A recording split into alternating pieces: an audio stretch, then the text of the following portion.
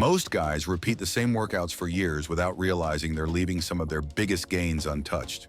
Not because they're lazy, but because the most powerful movements in training are the ones almost nobody talks about. Today, you're about to see 5 exercises that look strange, feel unfamiliar, and unlock strength in places most men don't even know they're weak. And the last one? Almost no one on earth has ever even tried it. But once you do, your body won't move the same again. Exercise number 1, dead hang. The first exercise looks almost too simple to matter, and that's exactly why most people ignore it. But the dead hang is one of those rare movements that quietly fixes half the problems men deal with in the gym: shoulder stiffness, weak grip, poor posture, and even that constant tightness in your back that never seems to go away. You grab a bar, you hang, and suddenly you realize how heavy your own body actually is. Most guys can't hold on for longer than 20 or 30 seconds the first time they try it. Their hands give out, their shoulders start shaking, and their core collapses almost instantly. But here's the crazy part. That short struggle is exactly what makes this movement so powerful. As you hang, your shoulders literally open up. The joints decompress, the rotator cuff has room to glide again, and your upper back muscles switch on in a way most people haven't felt in years. If you've ever felt like your shoulders pinch or click during presses, this is the exercise that exposes how tight that area really is. And the benefits don't stop at the shoulders. Anyone who spends their day sitting at a desk, in a car, staring at a screen, knows how stiff the spine gets. A dead hang subtly pulls everything back into place. Some lifters swear by it after heavy squats or deadlifts because it takes that compressed spine and gives it the space to breathe again. Whether or not the research perfectly agrees, the relief you feel afterward is very real. You stand taller, your back loosens, your posture resets without you even trying. The technique is simple, but the details matter. Reach up and take a grip just outside shoulder width. At first, don't squeeze the bar like you're trying to crush it. That's a rookie mistake that burns your forearms out in seconds. Instead, let your grip relax slightly as your body settles into position. Save the tight squeeze for the moment you start slipping. Think of it like pacing yourself in a sprint. You don't explode from the start. You conserve energy so you can last longer. Keep your core firm, but not locked so hard you burn out. Let your legs hang straight, feet together, toes pointed. This keeps your body from swinging all over the place, which wastes energy and makes the hang way harder than it needs to be. Then, breathe. Slow, controlled, steady. Most beginners hold their breath and last half as long as they should. And if you can't hang with your full body weight yet, that's not a problem. That's information. It means your shoulders and grip need this exercise even more. Use a resistance band for support or an assisted pull-up machine until your strength catches up. The goal isn't perfection, it's consistency. Do this 2 or 3 times per week, 3 sets of whatever your max time is, and your body will change in ways you never expected. Your grip gets stronger without touching a single forearm machine. Your shoulders feel smoother during bench presses and overhead work. Even your posture improves because your body remembers how it feels to actually hang freely instead of being hunched over all day. Exercise number 2, duck walk. This movement is one most people laugh at the first time they see it. It looks strange, low to the ground, almost like something kids would do during a playground game. But the truth is, the duck walk is one of the most brutally effective leg exercises you'll ever feel. And that's exactly why so many athletes swear by it, while the average gym goer pretends it doesn't exist. When you drop into that deep squat and start moving forward, your legs immediately realize this isn't a normal exercise. There's no rest at the top, no moment to shake things out. Your quads, glutes, and calves stay under non-stop tension from the first step to the last, and the burn hits faster than almost anything you've tried in the gym. That's the beauty of this movement. It forces your lower body to work continuously, exposing weaknesses you didn't even know you had. But the real magic happens around your knees. Most knee pain comes from one thing: weak stabilizer muscles that never get challenged. Regular squats and leg presses are great, but they don't force your knees to support your body through constant, low-level strain the way duck walks do. The movement strengthens the muscles around the joint from every angle, giving your knees the stability they've been missing for years. Men who struggle with stiffness, going upstairs, or discomfort during squats often feel smoother, stronger movement after just a few sessions of duck walks. And then there's the mobility benefit. Because you're staying low the entire time, your ankles have to maintain a deep flex position, your hips have to open, and your core stays tight to keep you balanced. It's a full lower body coordination drill that makes your hips and ankles more flexible without forcing you into long, boring stretching routines. Most people don't realize how quickly they lose hip and ankle mobility as they get older. And this exercise reverses that decline faster than almost anything else. To do it right, drop into the lowest squat position you can comfortably maintain. Keep your heels flat if possible. That's what creates the real ankle and knee benefit. Your chest stays up, your core engaged, and your arms can reach out for balance. Now start walking forward in small, controlled steps. No bouncing, no standing up between steps. The goal is to keep your hips at the exact same height the entire time. That's where the burn comes from, and that's why it works. If you don't have much space, go forward for about 10 feet, then walk backward to where you started. That backward motion hits the muscles differently and makes the exercise even more effective. Most people will only last 20 or 30 feet before their legs start screaming, but that's exactly what you want. 2 or 3 sets is plenty, especially the first time you try it. And if getting all the way down into a deep squat is too difficult right now, don't force it. Start with a slightly higher position and gradually sink deeper over the next few weeks. Your mobility will improve faster than you expect, and soon you'll be able to stay in that low position without feeling like your ankles or knees are about to give out. The best part is that duck walks are self-limiting. Your body tells you exactly how low and how far you can go safely. There's no ego lifting, no heavy weights to manage, just pure movement that builds strength where you need it most. Exercise number 3, Cossack squat. If the last exercise tested your legs in a way you're not used to, this one will expose something even more surprising: how little side-to-side strength and mobility most men actually have. The Cossack squat looks simple: a wide stance, shift to one side, drop into a deep squat. But the moment you try it, you realize your body has been moving in straight lines for years. That's the hidden problem. Almost every exercise we do, squats, deadlifts, lunges, leg presses, moves straight forward or straight up and down. But real life doesn't work that way. Your hips rotate, your legs shift laterally, your body leans and adjusts every time you walk, run, change direction, or pick something up from the ground. The Cossack squat forces your muscles to work in that neglected plane of motion, and that's why it feels so different and so effective. As soon as you sink into the first rep, you feel a deep stretch across the inner thigh of your straight leg.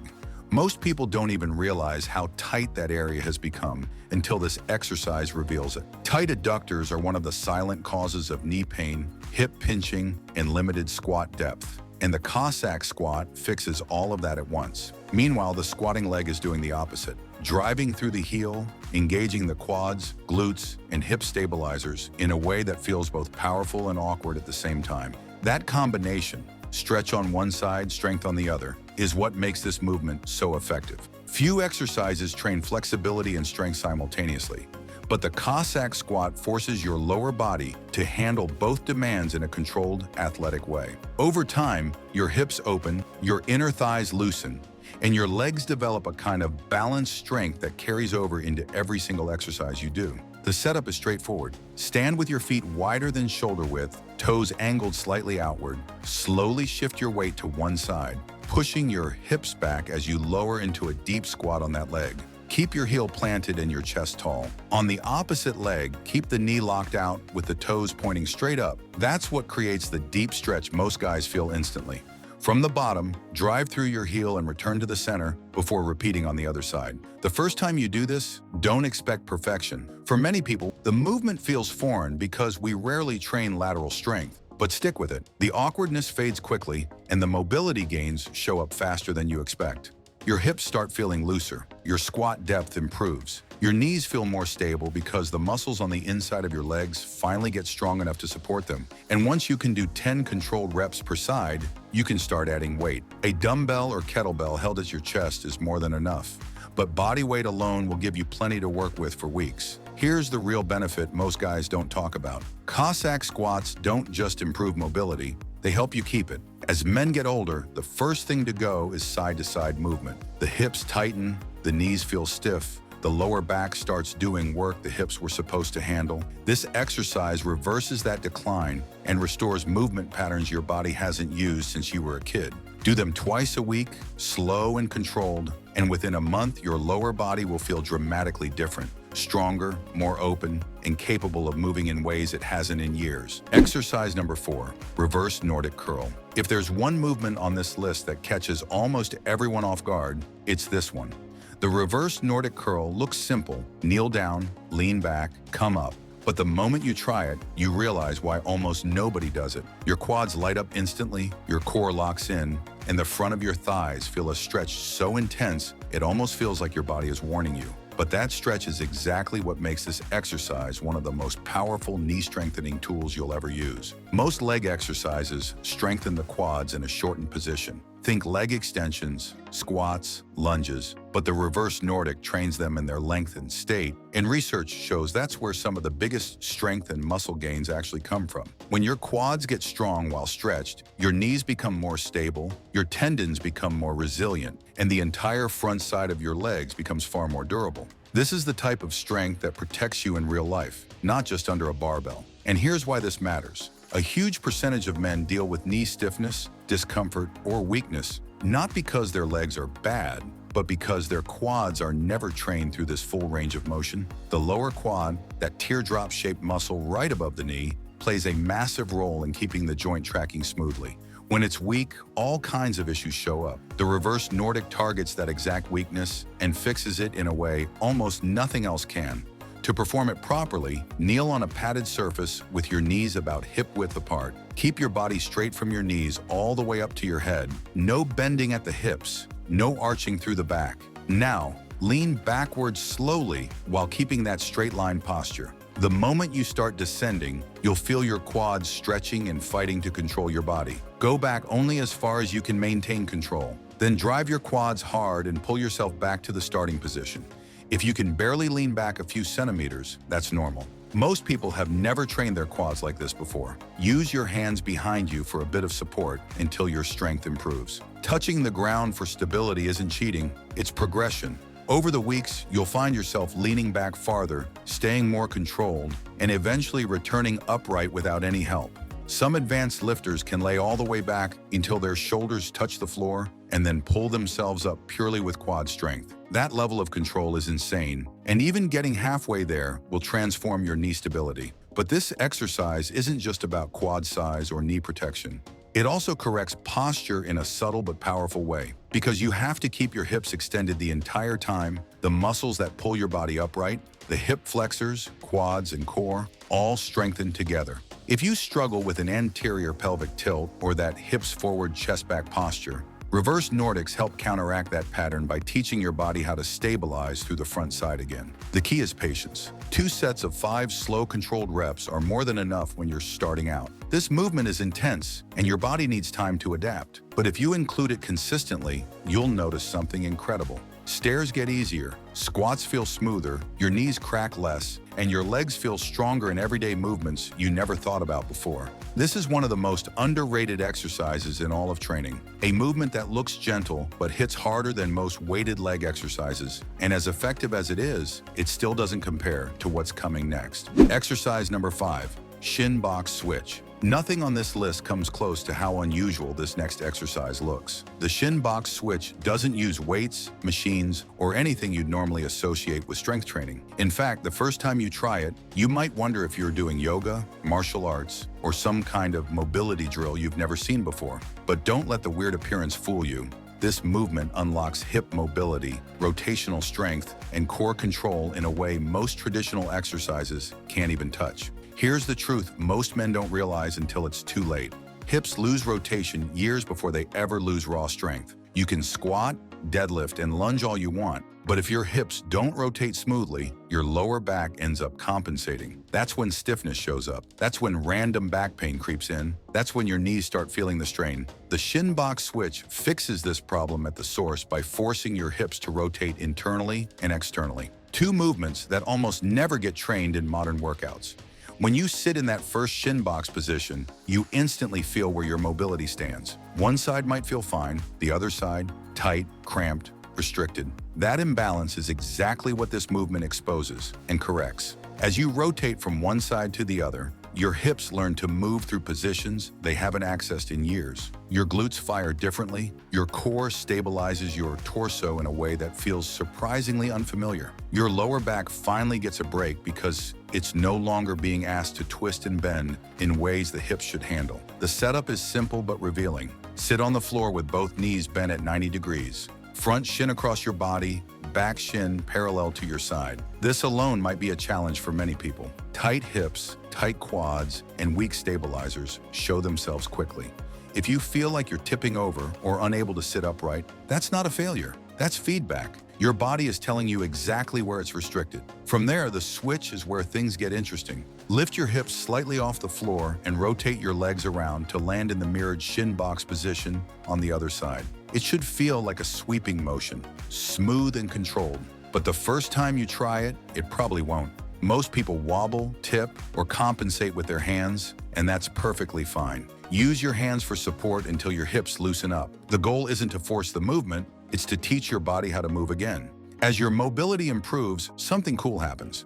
You start transitioning more fluidly. Your core stabilizes without you thinking about it. Your hips rotate without discomfort, and eventually you'll be able to switch from side to side without using your hands at all. That's when you know your hips are reclaiming the range of motion they lost years ago. The benefits extend beyond mobility. Rotational core strength, the ability to twist, turn, and stabilize, is one of the most neglected aspects of fitness, yet it's one of the most important for real-life movement. Sports like golf, tennis, martial arts, and even running rely heavily on controlled rotation. But even if you never play sports, this strength protects your spine and prevents the kind of low back strain that builds up over time. The shin box switch strengthens those deep stabilizing muscles in a way traditional Abby exercises simply can't. 3 sets of 10 smooth switches per side, twice a week, is all it takes. Within a few weeks, you'll notice you stand differently. You walk differently. Your hips feel lighter, more open, more capable.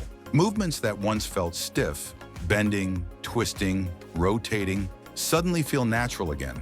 And that's the entire point. You're not just getting more mobile. You're teaching your body how to move the way it was designed to. When you step back and look at these movements together, a pattern jumps out. Every single one of them targets a part of your body that normal training completely neglects. Dead hangs rebuild your shoulders and grip.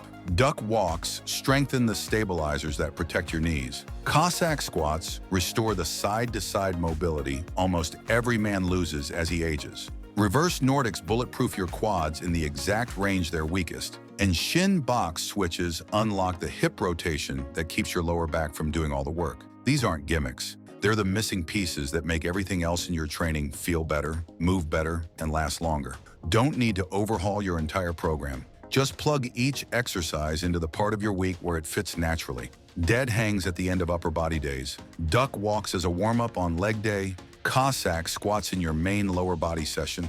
Reverse Nordics after your quad work. Shin box switches during your cool down or mobility time. Simple, efficient, and zero extra equipment. Your body will feel the difference fast, usually within the first week. The only way to mess this up is to hear all this, think it's interesting, and then never actually try any of it. Most men skip these exercises because they look unusual, and that's exactly why they stay stuck. Be the guy who actually does the work. Pick just 2 movements and start today. Once you feel the difference, you won't want to train without them. Your body changes fast when you train the parts most people ignore. Stronger joints, smoother movement, better strength in every direction. And it all starts with simple exercises you've probably walked past 100 times. Try them this week and watch how quickly your workouts improve. And if you want to take that momentum even further, check out my video on 10 surprising benefits of creatine. It's short, packed with real science, and it'll show you exactly why creatine is one of the most effective upgrades you can add to your routine.